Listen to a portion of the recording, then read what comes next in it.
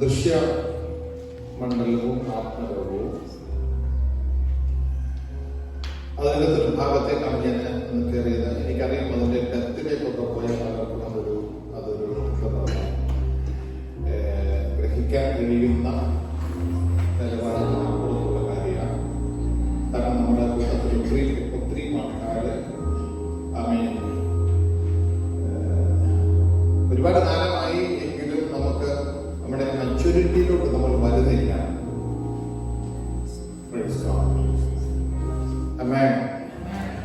ഞാനിന്ന് സംസാരിച്ച് വരുമ്പോൾ നിങ്ങൾക്ക് മനസ്സിലാക്കാൻ എന്ന മെച്യൂരിറ്റി ഉദ്ദേശിക്കുന്നതിന്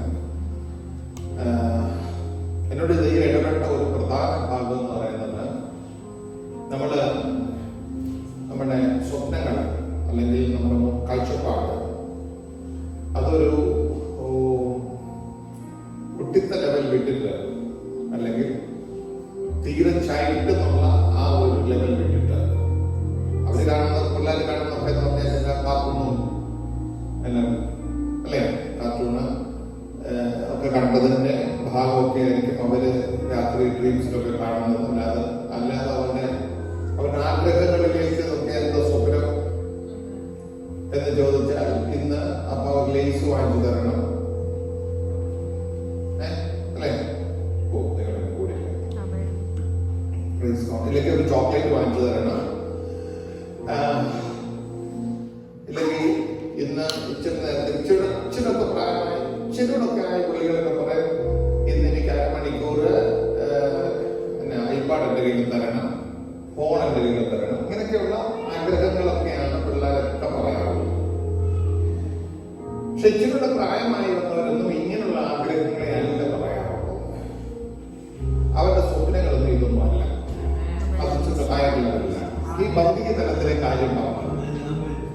സ്പിരിച്വൽ മണ്ഡലത്തിൽ നമ്മൾ അറിയേണ്ട കാര്യങ്ങൾ നമുക്ക് മെച്യൂരിറ്റി ഉണ്ടാകുന്നുണ്ടോ, അതോ ജനിച്ചപ്പെട്ട പോരാന്ന് ഇപ്പോഴും മുട്ട വലിച്ച് നടക്കുവാണോ?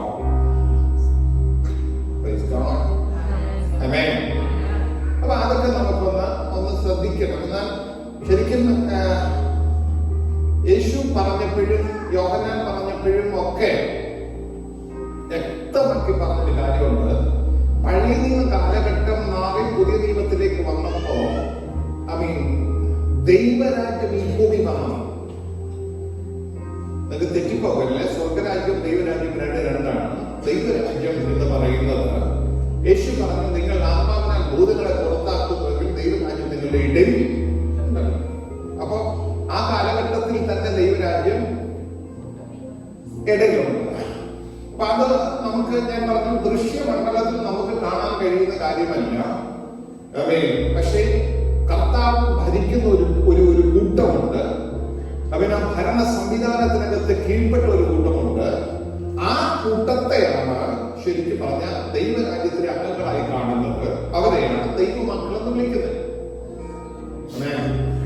ഒന്നുകൂടെ എടുത്ത് പറഞ്ഞു കഴിഞ്ഞാൽ കഴിഞ്ഞാഴ്ച പറഞ്ഞു, ഇരുളിന്റെ അധികാരത്തിൽ നിന്ന് നിങ്ങളെ വിടുവിച്ച് തന്റെ സ്നേഹസ്വരൂപനായ പുത്രന്റെ രാജ്യത്തിൽ ആക്കി വെച്ചു. അപ്പൊ പുത്രന്റെ രാജ്യത്തിലാക്കി വെച്ച ഒരു ഗ്രൂപ്പ്. അപ്പൊ നമ്മൾ അവിടെ തന്നെ നിൽക്കുന്നുണ്ടോ, അതിനകത്ത് നമുക്ക് വളർച്ചയുണ്ടോ, ഇതൊക്കെ നമ്മൾ ചെക്ക് ചെയ്ത് നോക്കേണ്ട കാര്യങ്ങളാണ്. കാരണം നമുക്കിപ്പോ ഒരു കുഞ്ഞുണ്ടായി, അപ്പൊ ഹോസ്പിറ്റലിൽ ഉണ്ടായി കിടക്കുന്ന കാര്യമല്ല ഞാൻ പറയുന്നത്. അത് ദൈവകൃപയാൽ ഇതിനും ദൈവം അനുഗ്രഹിക്കപ്പെട്ട പൈതലിനെ കൊടുത്തൊക്കെ ഹോസ്പിറ്റലായിരിക്കുന്നു. ഒരെല്ലാം ഞാൻ പറയുന്നത് നമുക്കൊരു കുഞ്ഞുണ്ടായാൽ ഒരു കുഞ്ഞുണ്ടായാൽ ആ കുഞ്ഞിന്റെ വളർച്ച അവരൊക്കെ നോക്കും, അല്ലേ? തല തന്നെ വളർന്നുകൊണ്ടിരുന്നാലും നിങ്ങൾ ന്യൂസ് കണ്ടെന്നറിയത്തില്ല. സൗദി രാജകുമാരൻ ഇന്നലെ മരിച്ചുപോയി. കഴിഞ്ഞ 20 വർഷമായിട്ട് കോമായി കിടക്കുക. 20 വർഷമായിട്ട്. അപ്പോ അതിന് എത്ര വയസ്സാന്ന് എനിക്കറിയത്തില്ല, 15 വയസ്സാണ് അല്ലേ? ഇവിടെ ഒന്നും ആക്സിഡന്റ് ഇല്ല, ആ പ്രശ്നം ഉണ്ടായെന്ന് ഞാൻ കേട്ടു. അപ്പൊ ഈ 20 വർഷം ഇതൊക്കെ വളർന്നുകൊണ്ടിരിക്കുവായിരുന്നു. മനസ്സിലായി? പക്ഷെ ഓരോ ആക്ഷനിൽ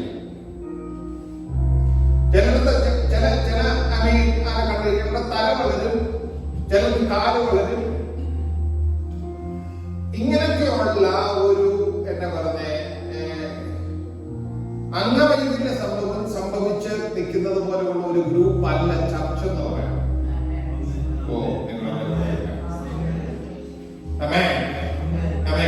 ഞാൻ പറഞ്ഞ ഈ നമ്മൾ ഈ പറയുന്ന കാര്യങ്ങൾ ചില ഗൗരവത്തോടു കൂടി നമ്മൾ ചിന്തിക്കേണ്ട കാലമാണ്. ഗൗരവത്തോട്, കാരണം എന്റെ കർത്താവിന്റെ വരവ് ഒത്തിരി താമസിക്കുന്നില്ല. ഞാൻ പറയുന്നു, എന്റെ കണ്ണുകളോട് ഞാൻ കർത്താവിന്റെ വരവ് കാണും. കാരണം ഇറ്റ്സ് വെരി നിയർ. അതിനു മുമ്പ് എന്തൊക്കെ ചെയ്തു തീർക്കാൻ പറ്റുമെന്നുള്ളത് നമുക്കറിയത്തില്ല. പക്ഷെ എനിക്ക് വളരെ വളരെ അകത്ത് ആത്മാവ് എനിക്ക് നല്ല ബോധ്യത്തിൽ ഞാൻ നിൽക്കുകയാണ്. എന്റെ കാലത്ത് തന്നെ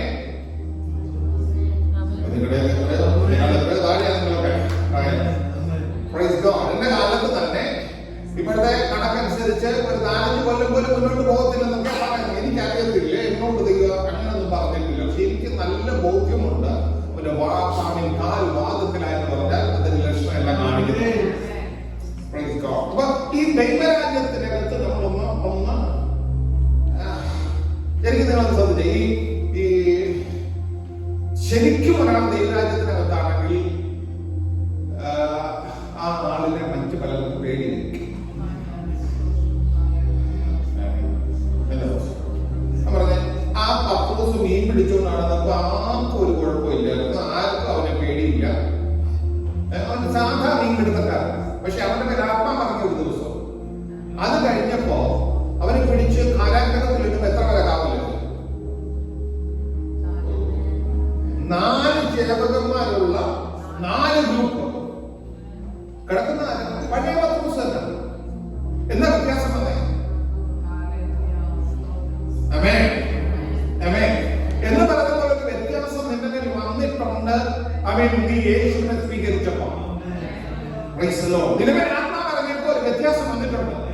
നീ അറിഞ്ഞാലും അറിഞ്ഞില്ലെങ്കിലും അവൻ അദൃശ്യ മണ്ഡലത്തിൽ നിന്നെ ഭയക്കുന്ന ചിലത്. ഞാൻ പറയുന്നത് അവൻ വളരെ വളരെ വ്യക്തമായിട്ട് പറയുന്നത് കാഴ്ചയാലല്ല, വിശ്വാസത്താൽ. ഒരു വേദഭാഗം വായിച്ച് നമുക്ക് ഇന്ന് ആരംഭിക്കാം. വളരെ നമുക്ക് പരിചയമുള്ള വേദഭാഗമാണ്. കൊരിന്ത്യർ ലേഖനം 1 Corinthians chapter 13 11 തൊട്ട് 13 വരെയുള്ള വാക്യങ്ങൾ. അങ്ങനെ കേട്ടെ, ഞാൻ ശിശുവായിരുന്നപ്പോ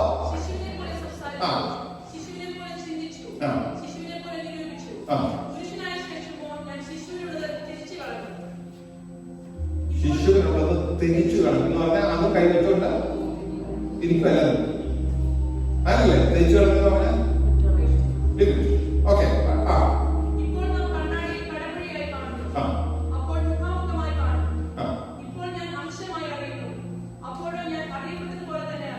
ഇപ്പൊ അറിയുന്നതിനേക്കാൾ കഥ വരുമ്പോൾ കറക്റ്റ് ആയിട്ട് അറിയുമെന്നാ പറഞ്ഞിരിക്കുന്നത്. സിമ്പിൾ ആയിട്ട് ഞാൻ വിടുക.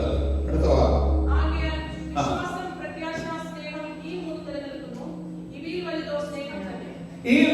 ഇത് ഒരിക്കലും മറക്കരുതാത്ത കാര്യമല്ല. നമുക്ക് കാണാതെ അറിയാവുന്ന വാക്യം, അല്ലേ? വിശ്വാസം, പ്രത്യാശ, സ്നേഹം, ഇവ 3 എന്തൊക്കെ മാറിപ്പോയാലും ഈ 3 അതിനകത്ത് ഏറ്റവും വലുത് സ്നേഹം തന്നെ. ഏറ്റവും വലുത് അടുത്തിരിക്കുന്ന ഏറ്റവും വലുത് സ്നേഹമാണെന്ന് പറഞ്ഞു.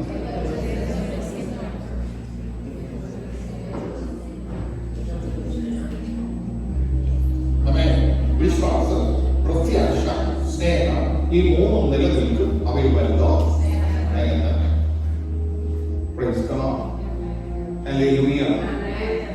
നമ്മുടെ മേൽ ആത്മാവ് വന്നിറങ്ങിയപ്പോ, ആത്മശക്തി നമ്മുടെ മേൽ ഇറങ്ങിയപ്പോ, നമ്മൾ വിശുദ്ധ ജീവിതത്തിലേക്കൊക്കെ അറിയപ്പോ, നമ്മുടെ മുമ്പിൽ നമ്മൾ ഒത്തിരി കാര്യങ്ങൾ പറയും, ഒരുപാട് കാര്യങ്ങൾ പറയും. പക്ഷെ ഞാനൊരു കാര്യം പറയുകയാണ്. ഒരാൾ വളർന്നു വരുന്നു എന്നുള്ളതിന്റെ അല്ലെങ്കിൽ മച്ചുവർ ആകുന്നതിന്റെ ലക്ഷണം എന്താണെന്നറിയാം?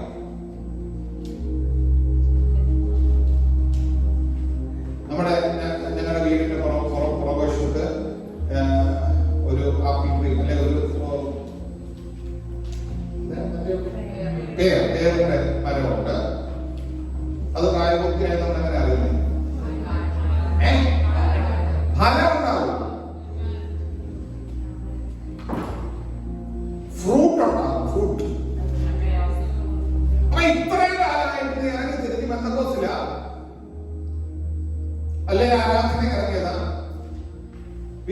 സ്തുതിക്കുക, ഒക്കെ നല്ല കാര്യം, ഒക്കെ നല്ല കാര്യം. ശക്തമായ ആരാധന. നമ്മുടെ ഞാനിത് പുറത്തുള്ള ഒരാളോടും അല്ല സംസാരിക്കുന്നത്, നമ്മുടെ അകത്തുള്ളവരും നമ്മളെല്ലാവരും മനസ്സിലാക്കാൻ വേണ്ടിയുള്ള കാര്യമാണ്. ആമേൻ. നല്ല ആരാധനയാണ്. Praise the Lord. അപ്പൊ ഈ നല്ല ആരാധന ഉള്ളപ്പോ മനസ്സിന് മാറിപ്പോകാത്ത 3 കാര്യങ്ങളാണ്: വിശ്വാസം, പ്രത്യാശ, സ്നേഹം. ഇവ 3 നിലനിൽക്കും. ആത്മാവിന്റെ ഫലങ്ങൾ ഗലാത്യലേഖനം പറഞ്ഞിരിക്കുന്നതിനകത്ത് എന്തൊക്കെയാണെന്നറിയാം? സ്നേഹമുണ്ട്, സമാധാനം, ദീർഘക്ഷമ. അതിലൊരു 2-3 എടുത്ത് മാത്രം മുന്നോട്ട് വെച്ചിട്ട് ഫ്രൂട്ട് ഉണ്ടോ മിണ്ടത്തില്ല, സ്വപ്നയില്ല.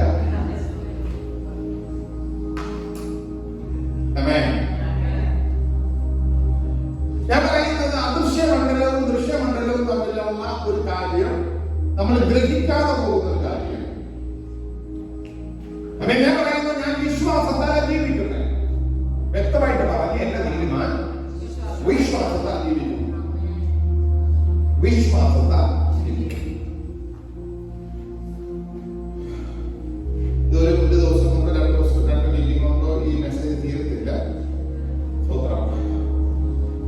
സ്നേഹമൊന്നും ഇപ്പൊ പ്രസംഗിക്കുന്നില്ല. എന്നാൽ ഒരു വാക്ക് മാത്രം പറഞ്ഞ് ഞാൻ അവിടെ വിടുകയാണ്. ശക്തമായ ആരാധന, ഭയങ്കരമായിട്ട് ആരാധന നടക്കുമ്പോ നമ്മൾ ഇവിടെ ഈ ദൃശ്യമണ്ഡലത്തിൽ ഈ ശബ്ദമൊക്കെ നമുക്ക് കേൾക്കാൻ നല്ല പോലെ. പക്ഷെ ഇതാണ് എത്തേണ്ട സ്ഥലത്ത് ഈ ആരാധന എത്തുമ്പോ ഭയങ്കര അന്യഭാഷ. എന്തെല്ലാം അവിടെ ദൂതന്മാരോട് ചോദിച്ചാൽ പറഞ്ഞ് അന്യഭാഷയൊന്നുമല്ല കേൾക്കുന്നത്, മുഴങ്ങുന്ന ഏതാണ്ട് ഒരു ചെമ്പിന്റെ ശബ്ദം, ചെലമ്പുന്ന ഒരു കൈത്താളത്തിന്റെ വിളിയില്ല.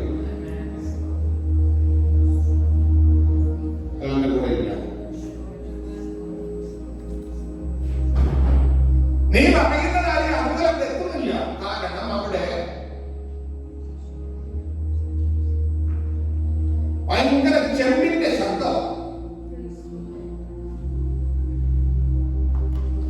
ആമേൻ, ആമേൻ.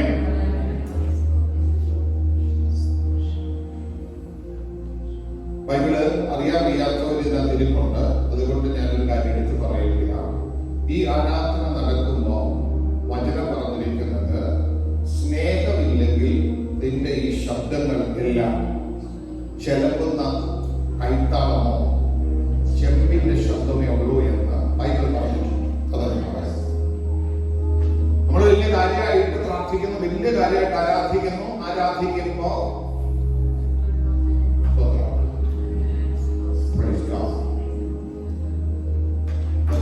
സ്വോത്രം കുറവായിരിക്കും എനിക്കറിയാം. എന്നാലും നിങ്ങളുടെ അകത്തൊന്ന് കയറിയുണ്ട്. ഇതില്ലാതെ ഞാനിപ്പോ കുറെ നാൾ ഇവിടെ ആരാധന നടത്തിയിട്ട് എനിക്ക് തന്നെ സാധിക്കാം. ആമേൻ. ഇതിനകത്തുള്ളത് നിത്യത പോകത്തില്ലെന്ന് പറഞ്ഞാൽ ഞാൻ എന്തോ ചെയ്യും? അങ്ങനെ ഏറ്റവും പ്രധാനം സ്നേഹം. അതിന്റെ നിർവചനത്തിലേക്ക് ഞാൻ പോകുന്നില്ലല്ലോ, അതിന് സമയം തരുന്നു. പക്ഷെ ആ ഫലം കൂട്ടുണ്ടാക്കാന്ന് പറഞ്ഞപ്പോ ദീർഘക്ഷമ,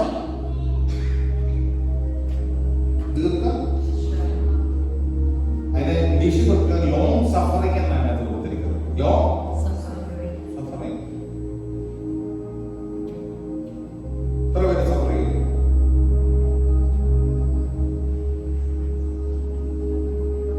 എന്റെ രാഷ്ട്രീയ ഞങ്ങളൊക്കെ എല്ലാവരും കേട്ടോ. ഞാൻ 1-2 പേരുടെ നാവിൽ കേട്ടിട്ടുള്ള 2 പേരല്ല, ഫുള്ള് കേട്ടിട്ടുള്ളത്. ഞങ്ങള് നാട്ടില് ചർച്ചിലകത്തിലെ രാഷ്ട്രീയമൊക്കെ കണ്ട് വളർന്ന. ഞാൻ പറയും, നിന്റെ അകത്ത് രാഷ്ട്രീയമേ വളർന്നുള്ളൂ.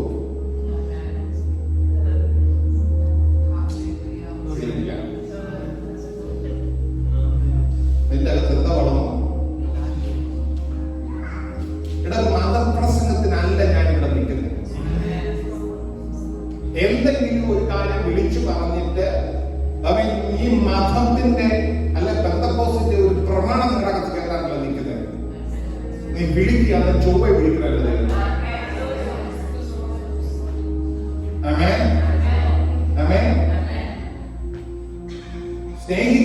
ദൈവത്തെ സ്നേഹിക്കും. ഞാൻ പറഞ്ഞത് ദീർഘക്ഷം ഈ സദൃശവാക്യത്തിലെ വാക്യം നിങ്ങളുടെ ഓർമ്മയിലൊന്നും തരാൻ വേണ്ടി അതൊന്നും പ്രസംഗിക്കാൻ എനിക്ക് നേരെയില്ല. സദൃശവാക്യത്തിലെ ഒരു വാക്യം നിങ്ങളൊന്ന് ഓർത്തു വെച്ചാൽ മതി. 11-ാം അധ്യായം അതിന്റെ 2-3 വാക്യങ്ങളൊന്ന് വായിച്ചു.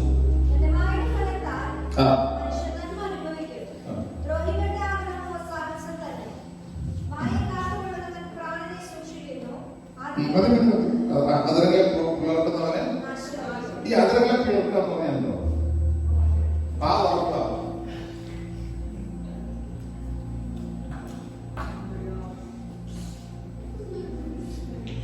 വളരെ കാത്തുകൊള്ളുന്നവൻ പ്രാണനെ സൂക്ഷിക്കുന്നു. അടുത്ത സമയത്ത് ഒരു ദേവദാസൻ പ്രസംഗിക്കുന്ന കൂട്ടത്തിൽ അദ്ദേഹം ഇങ്ങനെ പറഞ്ഞു, 21 ദിവസം ഉപവാസം എടുത്ത് നീ പ്രാപിക്കുന്ന കൃപ 5 മിനിറ്റ് നിന്റെ സംസാരമുണ്ട് ഉടച്ചു കളയില്ല.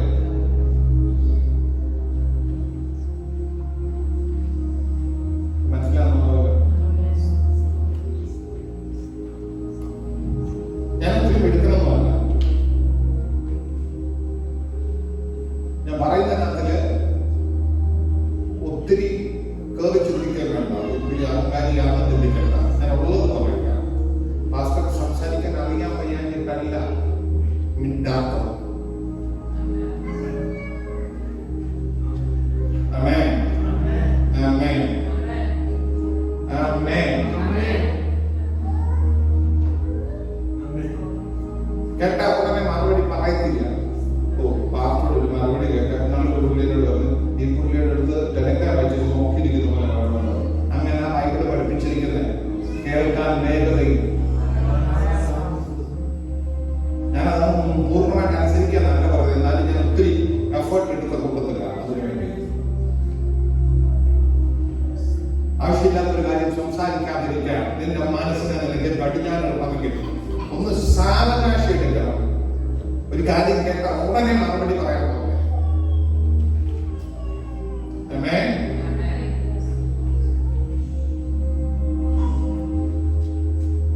ഇത് പറയുമ്പോ ചിലർ പറയും, എന്നെ കൂടെ പറ്റുന്ന ഞാൻ പ്രാർത്ഥിച്ചുകൊണ്ടിരിക്കുക അല്ലെ? നല്ല ഞാൻ പ്രാർത്ഥിച്ചോണ്ട് എന്നെ കൊണ്ട് പറ്റുന്ന ഞാൻ പ്രാർത്ഥിച്ചോണ്ട് ഇരിക്കുക.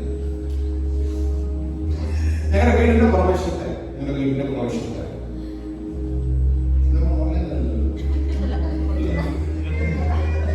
ഓൺലൈൻ കട്ട് ചെയ്തിരിക്കുക.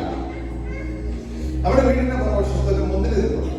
നിങ്ങൾ കണ്ടിട്ടുണ്ടായിരിക്കില്ല. കഴിഞ്ഞ ദിവസം പാർലിമെന്റ് വന്ന് നിങ്ങളെല്ലാം മുന്തിരി നിൽക്കുന്നത്. ഈ 2 മുന്തിരികൾ അതിന്റെ ചുവടെ നമുക്ക് കണ്ടുപിടിക്കാൻ പാടാ. ഒന്ന് കറുത്തതും ഒന്ന് പച്ചയും.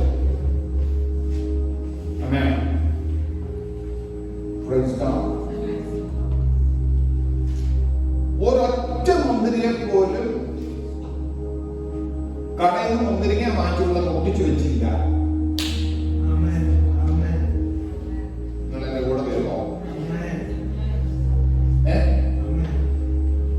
അല്ലേ പറഞ്ഞ ഞാൻ നോക്കുമ്പോ കണ്ട് സാധാരണ കടയിൽ പോയി മുന്തിരിങ്ങ മാറ്റോണ്ട് വന്ന് ചെറുതിന്റെ ഓരോ വണ്ടിയും ഇങ്ങനെ കുത്തി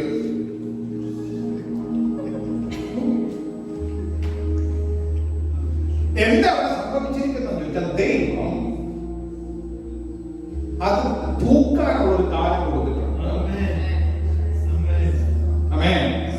അന്നേരം തൂക്കാനുള്ള കാലം സാഹചര്യം കൊടുത്തപ്പോ മുന്തിരി പറഞ്ഞു, എന്നെ കൊണ്ട് സൗകര്യം എനിക്ക് തൂക്കുന്നില്ല, എനിക്ക് 2 വർത്താനം പറയാനുണ്ട്, പറഞ്ഞിട്ടേ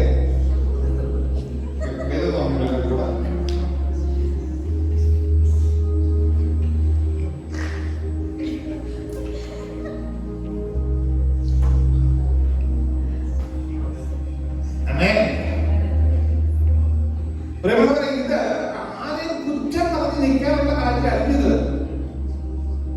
ഇത് നിന്റെ നിത്യതയുടെ വിഷയമാണ്, അല്ല മാസ്റ്ററുടെ നിത്യതയുടെ വിഷയമല്ല പറയുന്നത്.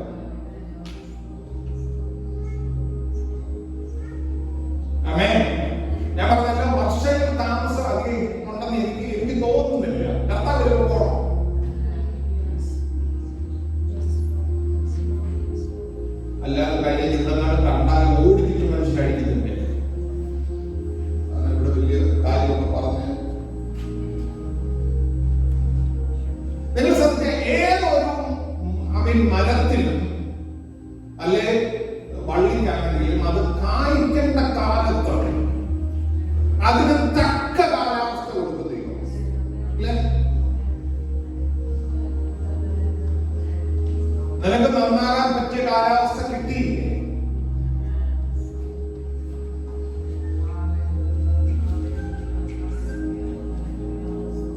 ആമേൻ.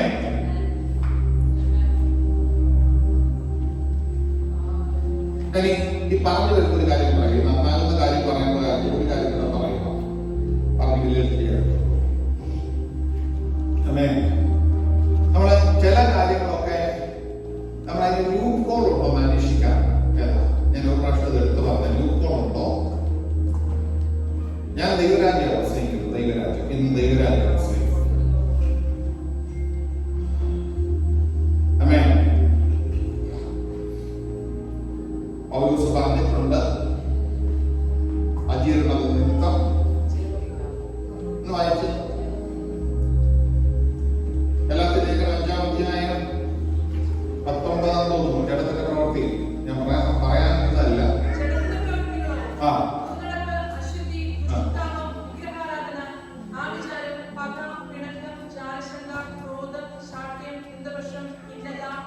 അല്ല, അതൊന്നും നമുക്കില്ലാത്തതല്ല.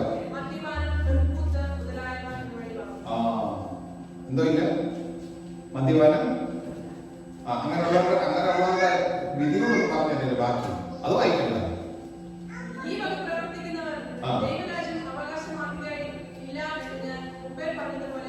നേരത്തെ പറഞ്ഞായിരുന്നു, ഇപ്പൊ വീണ്ടും ഒന്നുകൂടി ഊന്നി പറയുക. ഓ വാസ്തു ഞങ്ങൾ മദ്യം ഉപയോഗിക്കുന്നത് അല്ലേ? ഷാപ്പിയുണ്ടോ?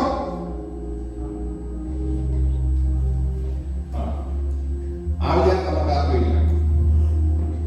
ആവിചാരം എന്ന് പറഞ്ഞാൽ എന്തോ നിന്നോ വാക്യം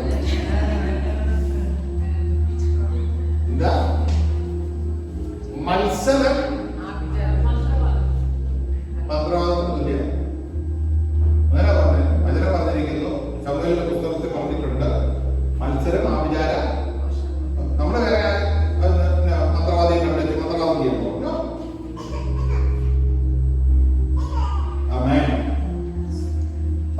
ഞാനിതൊന്നും പ്രസംഗിക്കാൻ നിന്നല്ല കേട്ടോ. പക പിണക്കം തന്നെ ഒരു സാധനം നമുക്ക് എടുത്താൽ കളഞ്ഞാൽ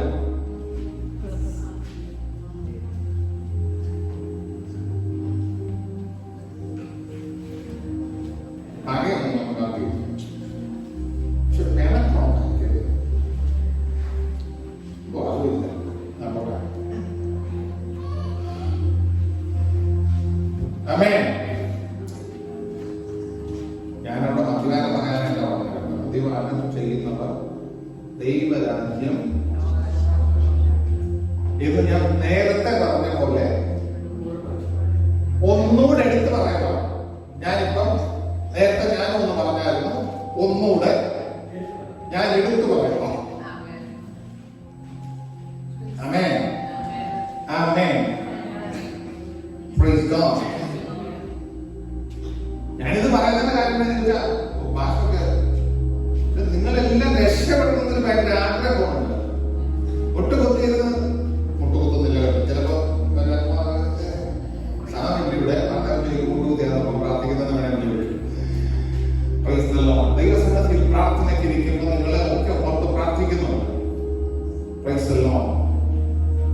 ഇതിനകത്ത് ഒരെണ്ണം പോലും നഷ്ടപ്പെട്ടു പോകാതെ നിത്യജീവനിക്കാവണമെന്ന് എന്റെ ആഗ്രഹം. എല്ലാവരും പറയാം, ആ പുള്ളി എന്നോട് പറഞ്ഞു തന്നിരുന്നെങ്കിൽ ഞാൻ നന്നായി ഒന്ന് നാളെ. അതുകൊണ്ട് പറയാനുള്ളത് ഞാനിപ്പോ അത് ഞാൻ വിടുകയാണ്. അപ്പൊ ഫ്രൂട്ട് ഉണ്ടാകുന്നു. ഫ്രൂട്ട് അതിലേക്ക് പറയാം. എനിക്കത് ആവശ്യം. ഫ്രൂട്ട് ഉണ്ടാകുന്നുണ്ടോ? ഇല്ലെങ്കിൽ ഫ്രൂട്ട് ഉണ്ടാകുന്നില്ലെങ്കിൽ എന്താ അർത്ഥം എന്നറിയാമോ? നീ ഇപ്പോഴും മുട്ട വരെയുന്ന പരിപാടി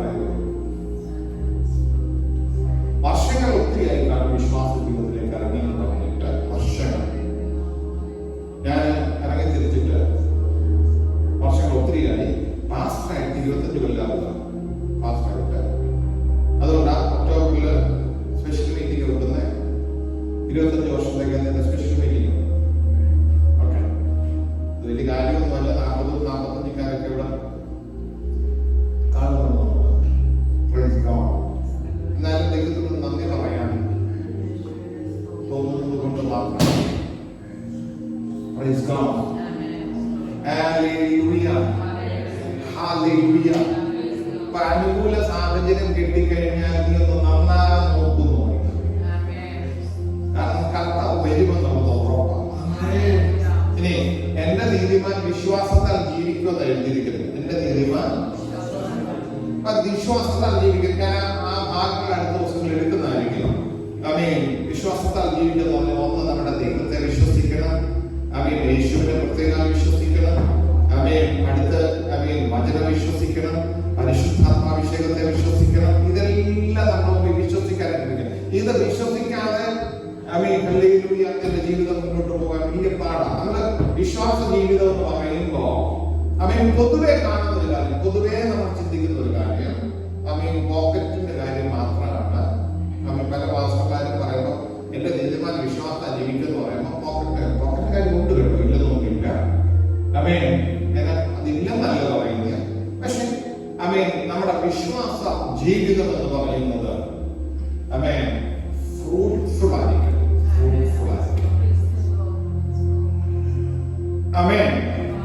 Praise God. Hallelujah. ഒരു പ്രധാന കാര്യത്തിലേക്ക് കയറി ഇന്നത്തെ ദൂതി ഞാൻ അവസാനിപ്പിക്കും. Praise God. പൗലോസ്, നിങ്ങൾ ശ്രദ്ധിച്ചോളാം, പൗലോസിന്റെ ജീവിതത്തിൽ സംഭവിച്ച കാര്യത്തെ കുറിച്ച് ഒന്ന് തൊട്ടു വരുമെന്നുള്ളത് മനസ്സിലാവും. പൗലോസ് വിശ്വാസ ജീവിതത്തിലേക്ക് കയറുന്നതിന് മുമ്പ് അവന്റെ രീതി, അവന്റെ സ്വഭാവം എന്താ? കൊല്ലണം, കൊല്ലിനും കൊലയ്ക്കും ഒന്നും ഒരു മടിയില്ലായിരുന്നു. സെബാസ്റ്റ്യനെ കൊല്ലുന്ന സമയത്ത്, കണ്ണടിഞ്ഞ് കൊല്ലുന്ന സമയത്ത് വസ്ത്രം ഉണ്ടാക്കൊണ്ടിരിക്കുകയാണ്. ഇനി ഏതെങ്കിലും ഉണ്ടെങ്കിൽ അവനെ അടിക്കാനും പിടിക്കാനും എല്ലാം അങ്ങനെ നിൽക്കുന്ന ഒരാളായി പൗലോസ് നിൽക്കുകയാണ്. പക്ഷെ ഒരു ദിവസം അവൻ മാനസാന്തരപ്പെട്ട് അവൻ ദൈവരാജ്യത്തിൽ കയറി. ഞാൻ ഈ പറയുന്നത് ശ്രദ്ധിച്ചോളാം. മാനസാന്തരപ്പെട്ട് ദൈവരാജ്യത്തിൽ കയറി എന്ന് പറഞ്ഞാൽ യേശുവിന്റെ കർത്തൃത്വത്തിന് കീഴിൽ കയറി. അവനെ കർത്താവായി വായിലൂടെ ഏറ്റുപറഞ്ഞു. നമ്മൾ ഏറ്റുപറഞ്ഞെങ്കിലും പിറ്റേ ദിവസം മുതൽ നമ്മൾ അവന്റെ ഇഷ്ടത്തിനാണ് പോകുന്നത്. പക്ഷെ പൗലോസ് കർത്താവിന്റെ ഇഷ്ടത്തിന് ജീവിക്കാൻ തുടങ്ങി. അതാണ് വ്യത്യാസം. കർത്താവിന്റെ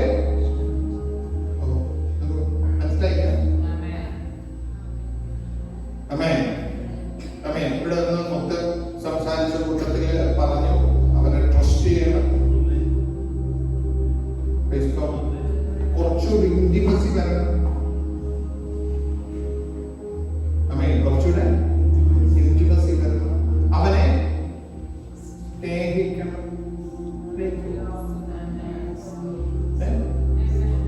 സ്നേഹിക്കുമോ? യേശുവിനെ സ്നേഹിക്കുമോ?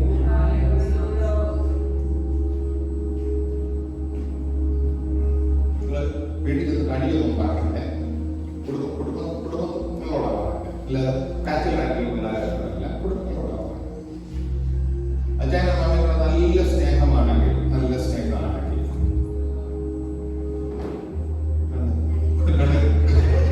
കൈ കൊടുക്കുന്നതിന് ഇതെന്തോ നല്ല സ്നേഹമാണെങ്കിൽ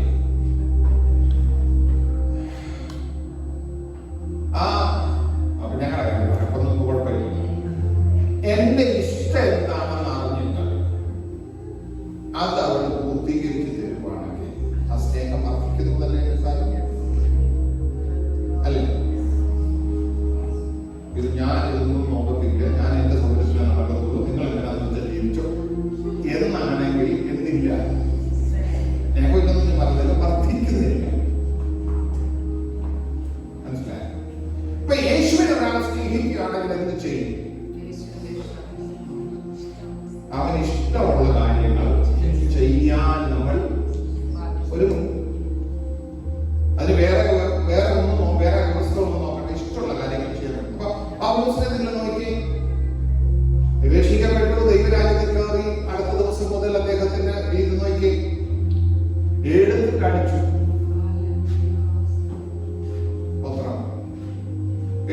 അടിച്ച് ചത്തെന്ന് തോന്നുന്ന രീതി വരെ അടിച്ചു. ഓരൊറ്റ പ്രാവശ്യം കൈ തിരിച്ചു പോവുകയാണ്. ഓ, നിങ്ങൾ എന്റെ കൂടെ ഇല്ല. ഒരു പ്രാവശ്യം കൈ തിരിച്ചു പോവുകയോ ഇല്ല. ഈ സംസാരിച്ചവരുടെ ആരോടെങ്കിലും മറുപടി പറയാൻ എതിർത്തൊരു വാക്ക് സംസാരിച്ചോ? No. Praise God. Praise the Lord. ഇതാണ് ഒരാൾ ഫ്രൂട്ട്ഫുൾ ആകുന്നതിന്റെ ഏറ്റവും പ്രധാനമായിട്ടുള്ള കാര്യം.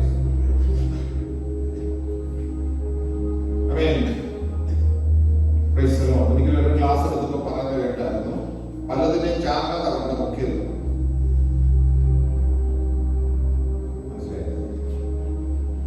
ശവമടക്കം നടക്കുന്നതിന് മുമ്പേ ചത്തോ ഉറപ്പുവരുത്തിയില്ല. കൊണ്ട് കുഴിയിൽ ഇട്ട് കഴിഞ്ഞിട്ടും ജീവനുള്ള ചത്ത് കഴിഞ്ഞാൽ പിന്നെ ഇത് വല്ലോ ആരെങ്കിലും എതിർത്ത് പറയും.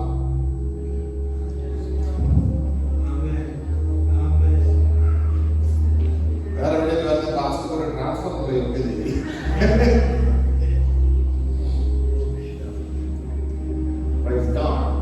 അപ്പൊ നിങ്ങൾ ശ്രദ്ധിച്ചേ, ഫ്രൂട്ട്ഫുൾ ആകാൻ ഇതൊരു ആഹ്വാനം. എനിക്ക് നിങ്ങളെ ഫ്രൂട്ട്ഫുൾ ആക്കിക്കാൻ പറ്റത്തില്ല. അതിനുള്ള സാഹചര്യങ്ങൾ കിട്ടുമ്പോ അപ്പൊ പൗലോസ് അവന്റെ ജീവിതത്തിലേക്ക് നോക്കി. ഇനി എഫെസോസിൽ ചെന്നു. പൗലോസ് എഫെസോസിൽ ചെന്നപ്പോ അവന്റെ നോട്ടത്തിൽ ഒറ്റ ഒരാൾ പോലും അവനെ അനുകൂലിക്കുന്നവരായിട്ട് അവരില്ല. ഒരാൾ പോലും ഇല്ല. എഫെസോസിൽ ചെന്നിരിക്കുകയാണ്. അപ്പൊ അദ്ദേഹം എഴുതുകയാണ്, എഫെസോസിൽ ഞാൻ പെന്തക്കോസ് വരെ എനിക്ക് വലുതും സഫലവുമായ, എനിക്ക് ആ വാക്ക് ഭയങ്കരമായിട്ട് സ്ട്രൈക്ക് ചെയ്തൊരു കാര്യമാണ്. ഈ സഫലം എന്ന് പറയുന്നത്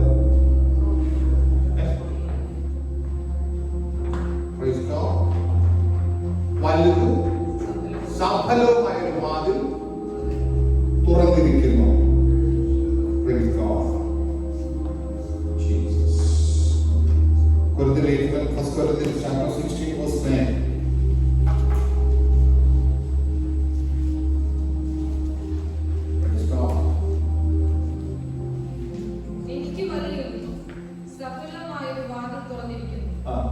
എതിരാളികളും പലരുണ്ട്.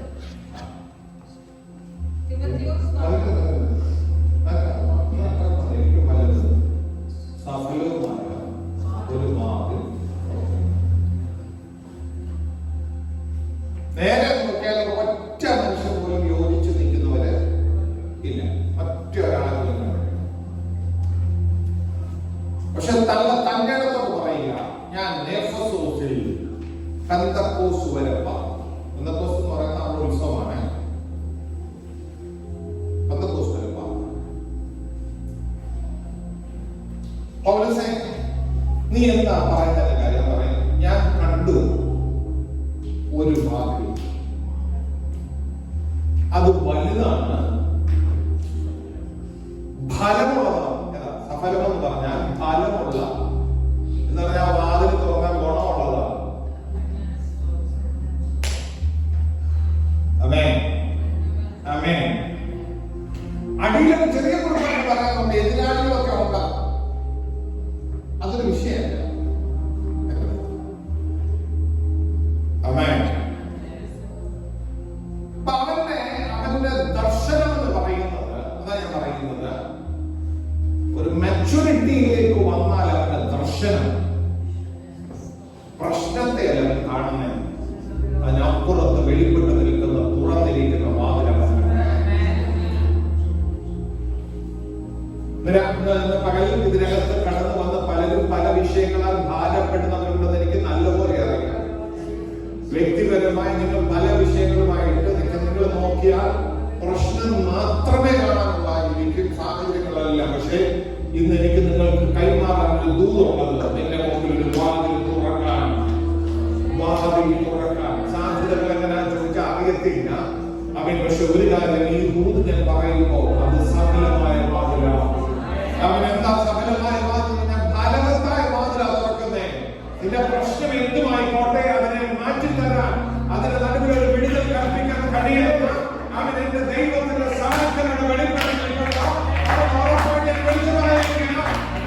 സഫലമായ വാതിൽ അവൻ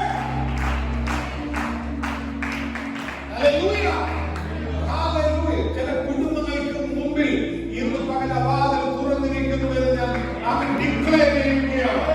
അവനെ വിളിച്ചു പറയുന്നു, അവൻ അടഞ്ഞു കിടക്കുന്ന തുറന്നു വരട്ടെ. അവൻ ഫലവത്തായ ഭൗതികതകളിൽ അവൻ ശാരീരിക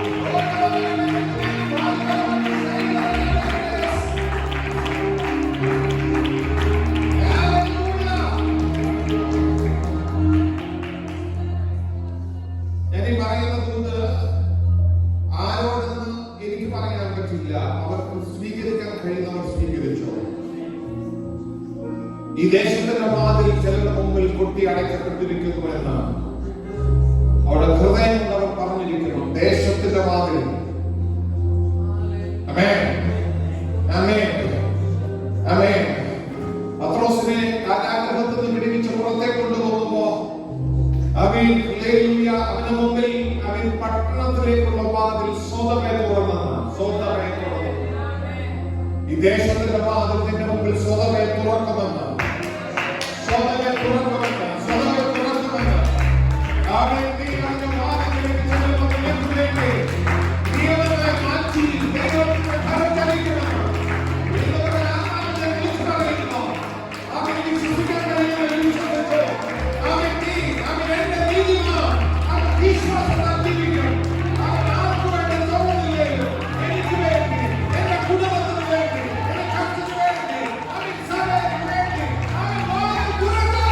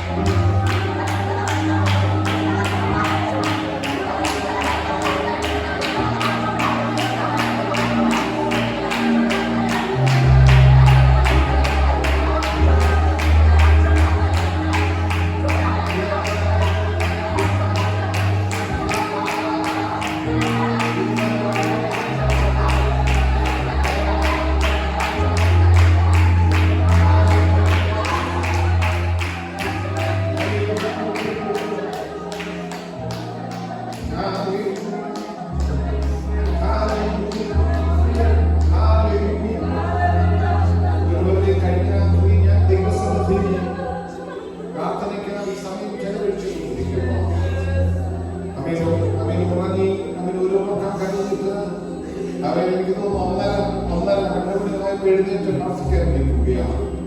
പ്രാർത്ഥിക്കാൻ ഇരിക്കുകയാണ്. ആ സമയത്തേക്ക് ഇടപെടലാണ്. അവൻ ചിലർ അവൻ വാക്കുകളടഞ്ഞതുകൊണ്ട് ഇവിടെ നിന്ന് പൊട്ടിക്കൊണ്ടിരിക്കുകയാണ്.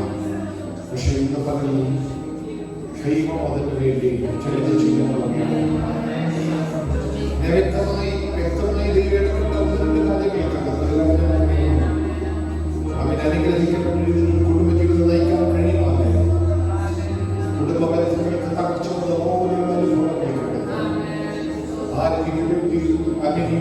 മാറ്റിക്കൊണ്ട് ചിന്തിക്കുന്ന പോലെ പ്രശ്നങ്ങൾ മനസ്സ് കൂടി അവൻ ഇന്ന് ദൈവസ്ഥലത്തിൽ വന്നിരിക്കുന്നുവെന്നാണ്. അവന്റെ കുടുംബ ബന്ധത്തെ ദൈവത്തിന്റെ കരം എന്തോ എനിക്കറിയില്ലെന്ന ചെയ്തിട്ടാണ് എന്തോ ദൈവത്തിനൊക്കെ വേണ്ടി വാദിക്കുന്നുണ്ട്. ദൈവത്തിന്റെ പ്രവർത്തിയായിരിക്കുന്നു. ഈ കടക്കാരൻ വിശ്വസിക്കാൻ കഴിയുന്നത് വിശ്വസിച്ചോ. അവൻ രണ്ടാമതായി ദേശത്തിന്റെ വാതിൽ അടയ്ക്കപ്പെട്ടത് നിയമപ്രകാരം അടയ്ക്കപ്പെട്ടത് അവൻ ദൈവം തുറക്കണം. വാതിൽ തന്നെ തുറക്കണം. നീ ചെല്ലുന്ന ഈ രണ്ട് കാര്യങ്ങൾ എനിക്ക് നല്ല ഉറപ്പാണ്. അവൻ ദൈവം ചെയ്തിരിക്കും എന്ന് എനിക്ക് നല്ല ബോധ്യമുണ്ട്. അവൻ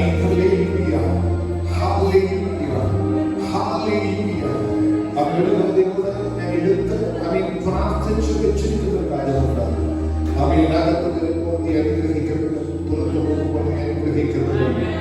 അതുപോലെ നിനക്ക് തുറക്കപ്പെടുന്നൊരു മാറി ഈ സഭയ്ക്കകത്തത് വേണം. ചില വ്യക്തികളുടെ കുടുംബത്തിനകത്തത് വേണം. ശാപം പകർന്നത് പോലെ എങ്ങനെ പിടിച്ചാലും അവൻ കണക്ക് അവൻ കൂട്ടി തീർക്കാൻ കഴിയാത്ത പോലെ അവൻ ചിലവ് അവൻ മരകരേക്കാൾ കവിഞ്ഞു പോകുന്നത് പോലെ ഒരു വിധത്തിലും കണക്ക് കൂട്ടിയിട്ട് എത്തിപ്പെടാൻ കഴിയാതെ ഇരിക്കുന്നു. ഇന്ന് പറഞ്ഞാൽ നിനക്ക് വേണ്ടി അനുഗ്രഹത്തിന്റെ വാതിൽ തുറക്കുന്നത് പറഞ്ഞാൽ അവൻ നീ വിശ്വസിക്കാൻ പറയട്ടോ. അവൻ നിനക്ക് വേണ്ടി ഒരു പാട്ടുകാരൻ ഇങ്ങനെ പറയുന്നു, അനുഗ്രഹം പോയി കൂട്ടുകൾ താഴെ തുറക്കാം. വാർത്തയിനകത്ത് പിന്നെ വരുന്നത് പാട്ടുപാടിയും അനുഗ്രഹം പോയി കൂട്ടുകൾ താഴെ തുറക്കാൻ അവൻ തന്നെ തുറക്കുമെന്ന്. എന്റെ കുടുംബത്തിനകത്ത് കൂട്ടിക്കിടക്കുന്നൊന്നും തുറന്നു വരണം. അനുഗ്രഹമായി ചലിക്കുമെന്ന് അവൻ സാമ്പത്തിക മണ്ഡലത്തിന് ചില വിടുതലുകൾ ചലിക്കുമെന്ന് ഈ പകൽക്കാലം വിശ്വസിക്കാൻ കഴിയുന്നത് വിശ്വസിച്ചോ.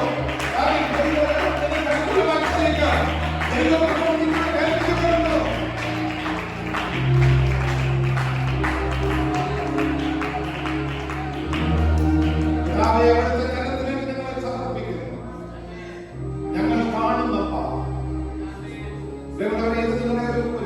ഒരു കാഴ്ചപ്പാട്, ഒരു വിഷനാവട്ടെ. നിന്റെ മുമ്പിൽ ഒരു വാതിൽ തുറന്നിരിക്കുന്നു. ആമേൻ. നിന്റെ നഗ്നനേത്രങ്ങൾ കൊണ്ട് കാണാൻ പറ്റത്തില്ലായിരുന്നു, പക്ഷേ അകക്കണ്ണുകൊണ്ട് കണ്ടു. നിന്റെ മുമ്പിൽ ഒരു വാതിൽ തുറന്നിരിക്കുന്നു. അത് നിന്റെ പ്രശ്നത്തെ തീർക്കുന്ന ഒരു അനുഗ്രഹത്തിലേക്ക് നിന്നെ പിടിച്ചു കയറ്റുന്ന അവനൊന്നും നീ വിശ്വസിച്ചോ. അവൻ ദൈവകരത്തിലേക്ക് ഏൽപ്പിച്ചു കൊടുക്കണം. പരിശുദ്ധ പിതാവേ, അവിടുത്തെ പുത്രനിലൂടെ നീ എനിക്ക് വേണ്ടി തുറന്ന വഴിക്കായി സ്തോത്രം. എനിക്ക് വേണ്ടി തുറന്ന വാതിലിനായി സ്തോത്രം. ആ കരത്തിൽ നിങ്ങളെ സമർപ്പിക്കുന്നു. ഈ രാവിലെ എല്ലാ മഹത്വങ്ങൾ അറിയിക്കുന്നില്ല. അവിടുത്തെ കൃപകളുടെ തകർന്നേ അനുഗ്രഹത്തോടെ ബലത്തോടെ ആശീർവാദത്തോടെ വിടുതലോടെ തന്നെ ജനം ചലിക്കട്ടെ. ഒരേ കർത്താവേ, ഞങ്ങൾ ഈ സഭയ്ക്ക് മുമ്പാകെ ഒരു വാതിൽ തുറന്നു വെച്ചിരിക്കുന്നത് വിശ്വാസത്താൽ ഞങ്ങൾ കാണുകയാണ്. ഈ സഭയ്ക്ക് മുമ്പാകെ ഒരു വാതിൽ തുറന്നു വെച്ചിരിക്കുന്നത് ഇതിനകത്ത് ഇനിയും ജനമാരും സഫലമായ വാതിൽ